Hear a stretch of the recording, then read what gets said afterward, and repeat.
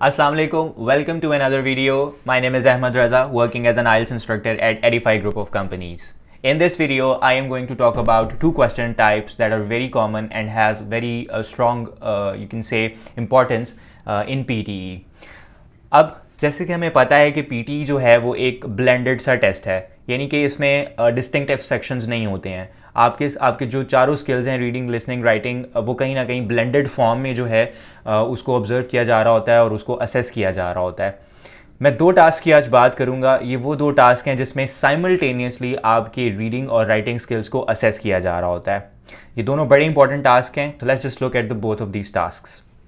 पहला टास्क जिसकी बड़ी ज़्यादा इंपॉर्टेंस है and that also assess your reading and writing skills at the same time is summarise the written text, जो कि आप राइटिंग सेक्शन में लिखते हैं। Now in this summarise the written text आपके पास एक टेक्स्ट आ जाता है, आपके पास एक पैसेज सॉर्ट ऑफ आ जाता है जिसको आपने पढ़कर उसकी समरी लिखनी होती है। ये इस टास्क के लिए आपके पास जो टोटल टाइम होता है वो 10 मिनट का टाइम है। Now it seems like a very long time और ऐसा लगता है कि ये तो बहुत आसान हो जाएगा। However that is not the case, because आपने उसमें उसको पढ़ना भी है, उसको समझना भी है और उसकी समरी इस तरह से लिखनी है कि उसका एसेंस भी गायब ना हो और आप उसको कम से कम वर्ड्स में भी लिख सकें। अगर हम इस टास्क की वर्ड लिमिट की बात करें तो इसमें आप 5 to 75 वर्ड्स के दरमियान रहते हैं। अगर वो कम है इस लिमिट से तब भी आपको कोई मार्क्स नहीं मिलने वाले। अगर आप अपनी लिमिट को एक्सीड कर जाते हैं उस केस में भी आपको कोई मार्क्स नहीं मिलने वाले।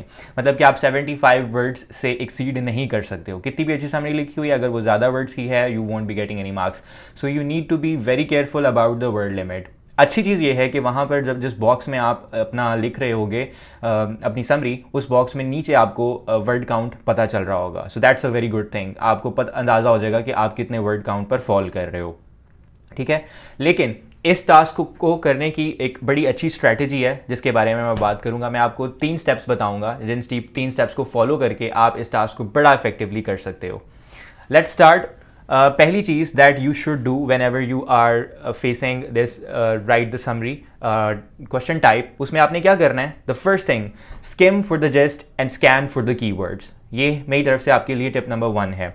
सो you need to skim for the gist का मतलब ये है कि आपने पहले तो सबसे पहले उस टेक्स्ट को एक दफ़ा गो थ्रू करना है क्विकली और स्किम करना है, और ये सिर्फ अंदाज़ा लगाना है कि टेक्स्ट किस बारे में है।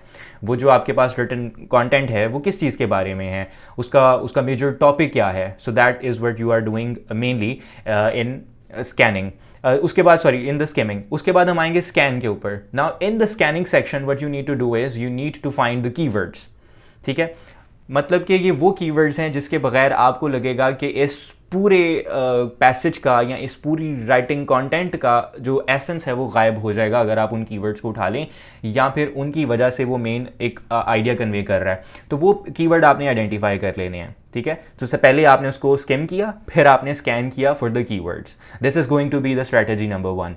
Bye the end of this you will have pretty much a very good idea what the whole passage is about and what are the major words that you need to focus on. Let's move on towards the second step. In the second step, you are going to make a summary based on those keywords that you have identified. इसमें ज़रूरी नहीं आप ऊपर से नकल मारें, ऐसा करने की बिल्कुल ज़रूरत नहीं है। जो कीवर्ड्स आइडेंटिफाई किए हैं उन्हीं कीवर्ड्स को यूज़ करते हुए आपने खुद से समरी बनानी है। अपने तौर पर उसको लिख कर देखें and try to make words out of it, यानी उनको जोड़कर सेंटेंस पूरा बनाने की कोशिश करें and make sure that you some word focusing on the grammar as well. यहाँ पर अभी हम इसको फाइनली करें, consider it as a draft. You will be updating it obviously afterwards.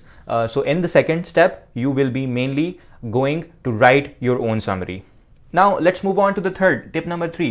Make sure your summary is of 1 line, it has the crux of the passage and the grammar is correct, ठीक है। अब जब आपने second step में अपनी summary लिख लिया, third step में आप क्या कर रहे हैं? आप 3 चीज़ें चेक कर रहे हैं कि क्या मेरी समरी जो है वो 1 लाइन की है, क्या उसमें क्रक्स तो नहीं मिसिंग हो रहा, मतलब जो पूरे पैसेज का एक आइडिया था, एक उसका क्रक्स था, वो कहीं मेरे समरी में लिखने में उसमें मिस तो नहीं हो रहा, मैंने सारे मेजर पॉइंट्स कवर कर दिए हैं। और तीसरा ये कि क्या उसकी ग्रामेटिकल सेंस बन रही है। तो basically you are proof reading in this section, right? So let me repeat 3 strategies for you. In the first strategy, you are skimming and scanning the text just to understand what the text is about and also to extract the major keywords. In the second step, you are writing a summary based on those keywords.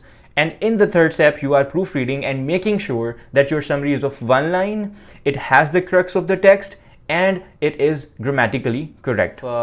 Let's do the practice test for the question number 1 and then we will move on to the question number 2. मैं अभी display कर रहा हूँ इसके ऊपर और आपको question type नज़र आएगा, ये वाला राइटिंग द समरी वाला. पॉज कीजिएगा वीडियो को, इसमें देखिएगा कि आपने क्या समरी लिखनी है और उसके बाद try to use the strategies and then move on. I hope you have done it. Let's move on to the second. The second question type जिसके अंदर आपका रीडिंग और writing at the same time assess हो रहा होता है, उसका नाम है fill in the blanks. Reading में जो आपको फिल इन द ब्लैंक्स आएंगी उसमें यही स्ट्रैटेजी, आपने इस तरह की एक स्ट्रैटेजी यूज़ कर रही है in order to maximise your score in the PT fill in the blanks. अब इसके लिए हम क्या करेंगे, पहली चीज़ तो क्वेश्चन टाइप को थोड़ा सा समझ लेते हैं. इसमें होता ये है कि आपके पास यहाँ पर ब्लैंक्स होंगी और उन ब्लैंक्स के आपके पास ऑप्शंस भी होंगे. You will have multiple option to select कि आपने उसमें से कौन सा सेलेक्ट करना है, कौन सा ड्रैग करना है. ऑप्शंस आपको अवेलेबल होंगे. This is a really good feature in PT which you don't see in other tests, right. But it also becomes a little challenging at certain times कि अगर आपको मल्टीपल उसमें ऑप्शंस के मतलब ही नहीं पता तो हाउ वुड यू चूज़. तो उसके लिए एक स्ट्रैटेजी है बड़ी solid. Let's see how you can do it effectively. The step number 1 for doing this is you are going to use your personal knowledge and you are going to again scan the text first and will try to guess कि इसमें क्या आ सकता है. ठीक है, मैं समझाता हूँ इसमें क्या मतलब है. यानी कि पहले तो सबसे पहले आपने ये चीज़ करनी है कि उस टेक्स्ट को अगेन दोबारा पढ़ लेना, फिल इन द ब्लैंक्स के ऑब्वियसली उसमें इंक्लूड करते हुए, just to get an idea कि ओवरऑल इसका क्या सेंस बन रही है, किस बारे में लिखा हुआ है, वो पूरा टेक्स्ट किस बारे में लिखा हुआ है और उसकी पूरी ओवरऑल क्या सेंस बन रही है. ठीक है, now try to predict what will come in that particular fill in the blank, right. यहाँ पर आप अभी ऑप्शंस की तरफ नहीं जा रहे हो, जो ऑप्शंस आपको अवेलेबल हैं वहाँ नहीं जा रहे हो. You just need to predict. अच्छा, मैंने ये टेक्स्ट पढ़ा, इसमें यहाँ फिल इन दी ब्लैंक्स थी, तो यहाँ पर ये आ सकता है, यहाँ पर ये आ सकता है, सम वर्ड इस तरह का वर्ड आएगा. You don't need to be correct here, you just need to guess कि किस किस्म का वर्ड आ सकता है, किस टाइप का वर्ड यहाँ पर will make sense and will complete the grammatical sense as well, right. Moving on to the step number 2. अब स्टेप नंबर 2 में you will look at the options. उन ऑप्शंस में से जिन ऑप्शंस को आपको लगता है कि इनका मीनिंग टोटली ऑपोजिट है टू व्हाट यू प्रेडिक्टेड, उनको तो सबसे पहले एलिमिनेट कर दें. There must be some options, इनमें से ज़ाहिर ऑब्वियसली एक करेक्ट होना है, तो ज़्यादा कन्फ्यूजन आपको 2 ऑप्शंस में आ सकती है. तो जो बाकी ऑप्शन होंगे सबसे पहले उनको एलिमिनेट करें. तो वही एलिमिनेशन वाला रूल जो हम किसी भी स्टैंडर्ड मल्टीपल चॉइस या फिल इन द ब्लैंक में अप्लाई कर रहे होते हैं, you will do that here as well. Let's move on to the strategy number 3. Now select the best option from all the given options. उसमें से आपने जब बेस्ट सेलेक्ट कर लिया है, what you think is the best, उसको insert करके वहाँ पर देखें और उसके बाद फिर सेंटेंस को पढ़ें. Read it multiple times, the complete sentence with the fill in the blank जो आपने उसमें इंसर्ट किया है. Does it make a sense? अगर तो उसकी ग्रामेटिकल सेंस भी ठीक है और आपको बोलने में भी वो फ्लुएंट लग रहा है और उसकी सेंस बन रही है, then go for that option. अक्सर ऐसा होता है कि हम कंफ्यूज होते हैं 2-3 ऑप्शंस में से, तो उस केस में आपको ये स्ट्रैटेजी बहुत ज़्यादा हेल्प करेगी कि you need to put multiple options there and you can test. अच्छा, कि मैं पढ़कर देख लूँगा इसको कि क्या इसकी ग्रामेटिकल सेंस बनती है या नहीं बनती है. ठीक है, अब अगेन मैं एक फिल इन द ब्लैंक वाला विद इन ऑप्शंस स्क्रीन पर डिस्प्ले करता हूँ. Question type, try to solve this question type using these 3 strategies. Now let me summarize all of these 3 strategies for you for this question type ताकि फिर बाद में आप इसको implement कर सकें. The first thing that you need to do is you need to understand the text, which means कि you just need to get an idea what the text is about, and you also need to predict कि क्या आएगा fill in the blanks में. ये एक ही step का हिस्सा है. जब आपने प्रेडिक्शन कर ली है उसके बाद move on towards the options and see which options resonate with your prediction. वो वाले ड्रैग एंड ड्रॉप करके देखें. And in the third step you are going to check whether the options that you have inserted in the fill in the blanks make the grammatical sense और not. उसको 1-2 बार पढ़ कर देख लें. पढ़ने में अगर वो फ्लुएंट लग रहा है और उसकी ग्रामेटिकल सेंस बन रही है तो उस ऑप्शंस के साथ जाना है. अक्सर ऐसा होगा, मल्टीपल हो सकता है कि 2 या 3 ऑप्शंस में आपको लगे कि यार ये सही हो सकते हैं. उन दोनों ऑप्शंस को देख लें, वहाँ पर जिसकी सबसे ज़्यादा ग्रामेटिकल सेंस बन रही है ना, वो वाला ऑप्शन आपने सेलेक्ट करना है. अब आपके सामने स्क्रीन पे क्वेश्चन आएगा, पॉज कीजिएगा वीडियो को, इस क्वेश्चन टाइप को करने की कोशिश कीजिएगा following the 3 step procedure and let's see how it goes.